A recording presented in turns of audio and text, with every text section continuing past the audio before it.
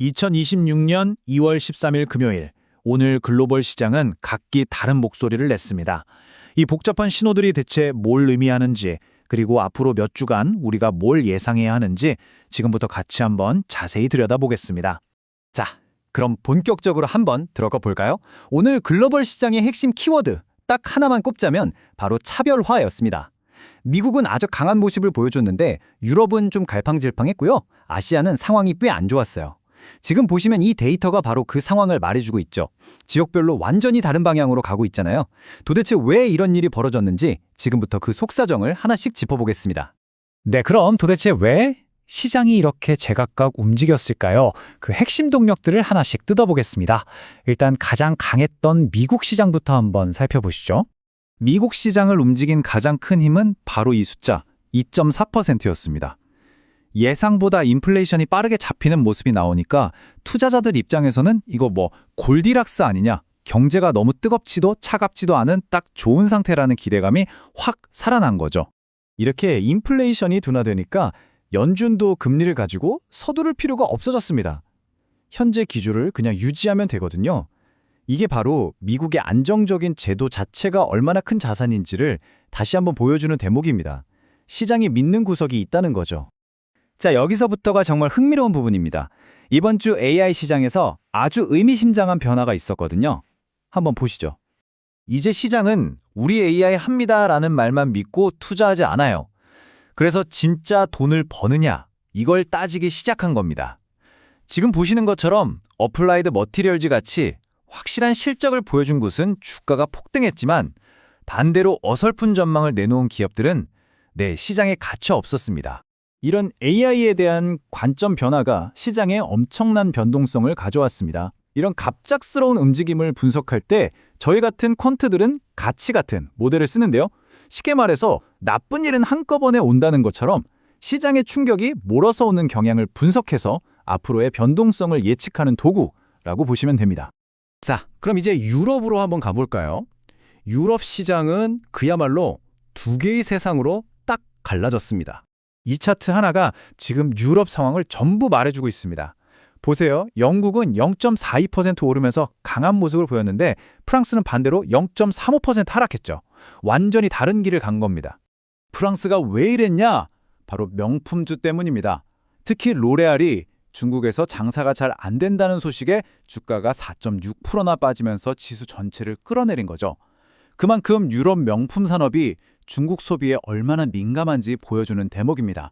그런데 이와는 완전히 반대편에서 돈이 몰린 곳이 있었습니다. 바로 안보와 관련된 방산, 항공, 우주 분야였죠. 불확실한 시기에는 역시 이런 안정적인 분야가 최고다라고 생각한 투자자들이 많았던 겁니다. 시장의 엇갈린 분위기가 더 선명해졌죠. 한편 아시아로 와보면 여기는 미국의 변동성 영향에다가 자체적인 경제 문제까지 겹치면서 분위기가 더 안 좋았습니다.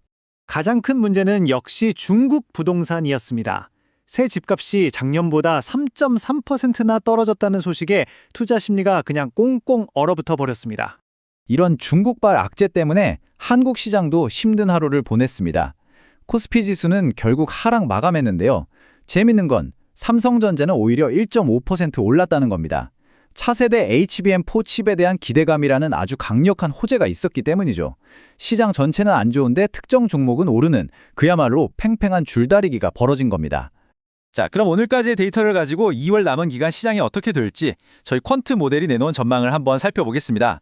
일단 미국 증시는 지금의 상승 흐름을 이어갈 가능성이 높아 보입니다. 기업 실적도 탄탄하고 무엇보다 첨단 반도체에 대한 수요가 워낙 강력해서요. 당분간은 상승 모멘텀이 계속될 것 같습니다. 그중에서도 특히 주목해야 할 게 바로 이 반도체 지수입니다. 2월 말까지 3.83% 추가 상승이 예상되는데요. AI 인프라를 만들려면 반도체는 필수니까 이 수요가 전체 시장을 끌어올리는 기관차 역할을 할 것으로 보입니다. 유럽은 당분간 지금처럼 따로 또 같이 장세가 이어질 것 같습니다. 견고한 산업재 섹터가 시장을 받쳐주겠지만 명품이나 금융 쪽에 부진이 계속 발목을 잡는 흐름이 예상됩니다. 아시아 시장은 기술적인 반등을 시도할 것으로 보입니다. 아까 말씀드린 삼성의 HBM4 칩 같은 개별 호재나 중국 정부가 시장에 돈을 풀 거라는 기대감 같은 것들이 반등의 재료가 될 수 있겠습니다. 이렇게 시장이 복잡하고 제각각 움직일 때 그럼 우리는 어떻게 투자해야 할까요? 몇 가지 데이터에 기반한 전략들을 좀 소개해 드리겠습니다. 가장 대표적인 방법이 바로 페어 트레이딩이라는 겁니다. 이름 그대로 짝을 지어서 거래하는 건데요. 오늘 계속 이야기한 시장의 차별화를 이용해서 수익을 내는 아주 효과적인 전략입니다. 방법은 간단합니다. 먼저 지금 시장의 큰 흐름, 예를 들어 AI의 실용화 같은 트렌드를 찾아내고요. 그 흐름에서 이익을 보는 승자 그룹, 예를 들면 어플라이드 머티리얼즈나 삼성전자는 사고, 롱, 반대로 피해를 보는 패자 그룹, 로레알이나 시스코 같은 주식은 파는 숏 겁니다. 시장 전체가 오르든 내리든 상관없이 둘 사이의 격차로 수익을 내는 거죠. 조금 더 전문적인 전략도 있습니다. VIX 옵션 같은 파생 상품을 이용해서 갑작스러운 시장 충격에 대비하는 변동성 헤징 전략도 있고요. VECM 같은 복잡한 모델을 써서 미국과 한국 기술주 시장처럼 장기적으로 연관된 두 시장 사이의 미세한 가격 차이를 노리는 소위 기관들의 캐리 트레이드 같은 고수들의 전략도 있습니다. 오늘 시장의 복잡한 움직임을 쭉 따라와 보니 마지막으로 이런 질문을 던지게 됩니다. AI가 모든 걸 바꾸는 이 시대에 우리가 투자해서 중요하게 생각해야 할 가치는 과연 무엇일까? 단순히 돈을 잘 버는 효율성일까요? 아니면 어떤 충격에도 버텨내는 회복 탄력성일까요? 어쩌면 오늘 시장은 이 질문에 대한 힌트를 우리에게 주고 있는 건지도 모르겠습니다.